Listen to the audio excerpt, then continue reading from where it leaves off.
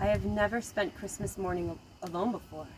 It gives me an uncanny feeling, sitting alone in my furnished room with my head full of ghosts and the room full of voices of the past.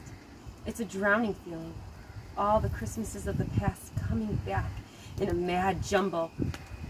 The childish Christmas, with a house full of relatives, a tree in the window, sixpence in pudding. The adolescent's Christmas, with mother and father, the war and the bitter cold, the letters from abroad, and the first real grown-up Christmas, with a love.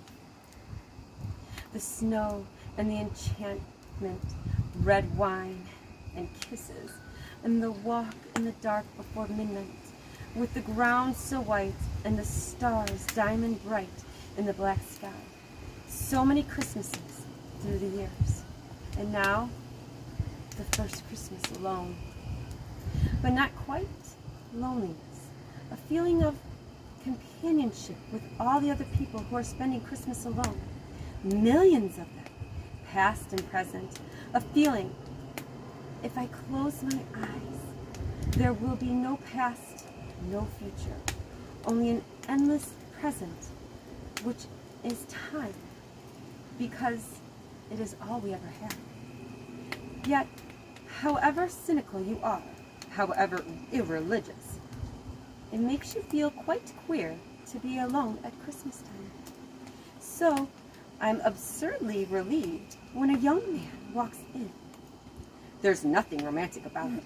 I'm a woman of nearly 50, a spinster, a schoolma'am with a grim, dark hair, and a myopic eyes that once were beautiful.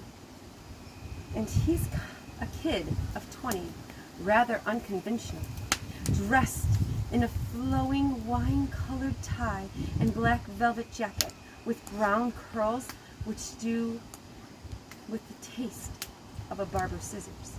The efficiency of his dress is believed by his features. Narrow, piercing blue eyes, and arrogant, jaunting nose and chin. Not that he looks strong.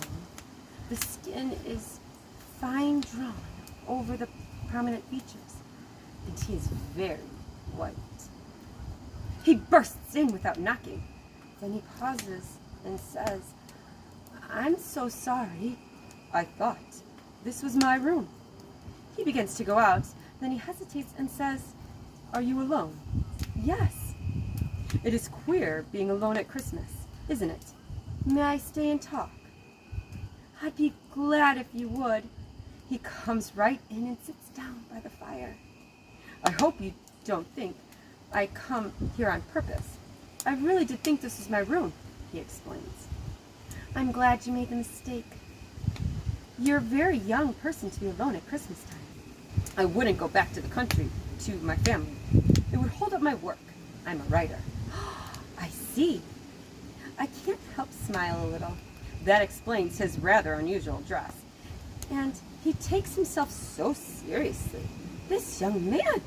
Of course, you mustn't waste a precious moment of writing, I say with a twinkle. Families are never appreciative of my artistic nature. No, they aren't. "What are you writing?"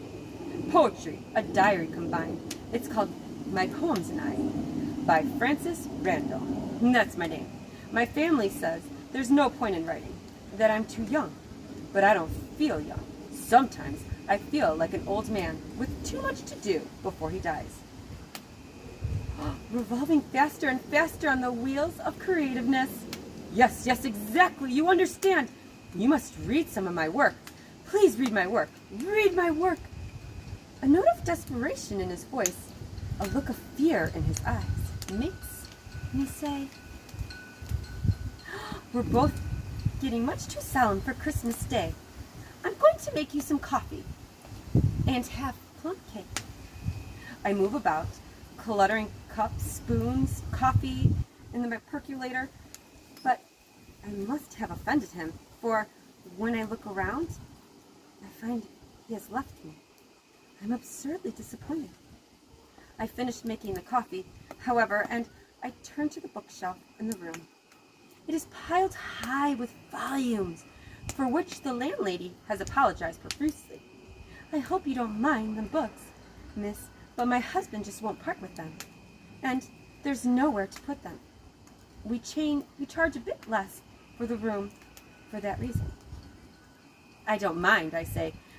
Books are good friends.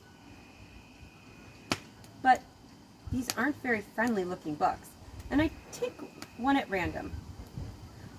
Or does some strange fate guide my hand?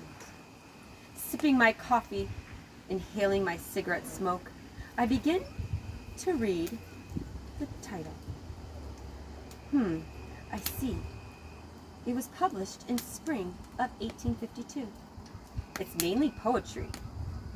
Immature stuff, but valid. Then there's some kind of tirade. More realistic, less affected.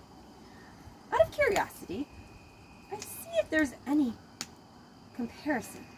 I turn to the entry for Christmas Day, 1851, and I read, "My first Christmas Day alone. I had a rather odd experience. When I went back to my lodgings after a walk, there was a middle-aged woman in my room. I thought at first I'd walked into the wrong room.